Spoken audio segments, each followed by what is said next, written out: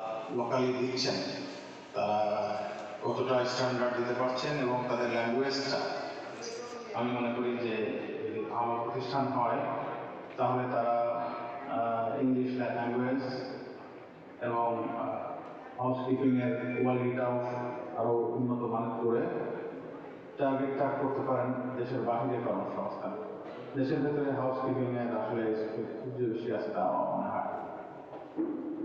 আর digital marketing no doubt এটা recent idea. আমার মনে হয় যে আমি জানি না ঠিক এই প্রশিক্ষণের মাধ্যমে আমাদের যে ঘরে বসেই যে ইনকাম করার যে সুযোগটা এখন এই ট্রেনিং এর সাথে তাদের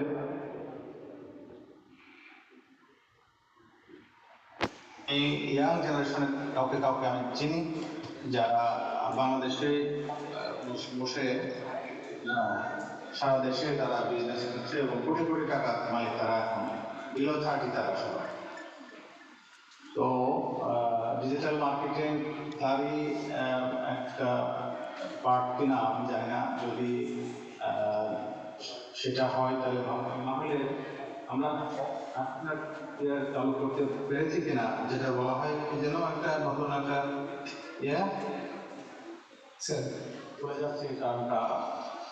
মোট কথা হলো যে আমার ফ্রিল্যান্সিং ফ্রিল্যান্সিং এটা বিভিন্ন রকমের হতে পারে। তার মধ্যে মার্কেটিং একটা, বাইরেও ফ্রিল্যান্সিং এর নানান রকমের কাজ ঘরে বসে করার সুযোগ আছে। তো এই কনসালটেন্সি করা যায়। ইভেন আমি একজন মহিলাকে চিনি যিনি দীর্ঘদিন থাইল্যান্ডে, বাংলাদেশের মহিলা, দীর্ঘদিন থাইল্যান্ডে একটা হোটেলে কাজ করতেন।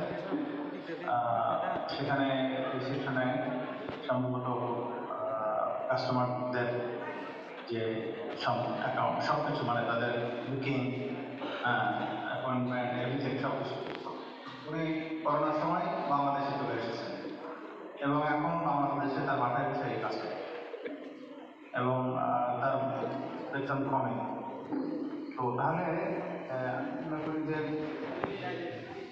আমাদের দেশে ডিজিটাল মার্কেটিং এর স্কোপ বেশি, তো আমি মনে করি দেশে মানে 80% মানুষ গ্রামে বসবাস করেন। তাদের জন্য ডিজিটাল মার্কেটিং করা খুব মুশকিল। এই করার জন্য আমি মনে করি যে বাইরের মার্কেটের কথা করে আমাদের সংশ্লিষ্ট বিষয়ের সাথে সাথে আমাদের ল্যাঙ্গুয়েজটাকে শেখানো হচ্ছে।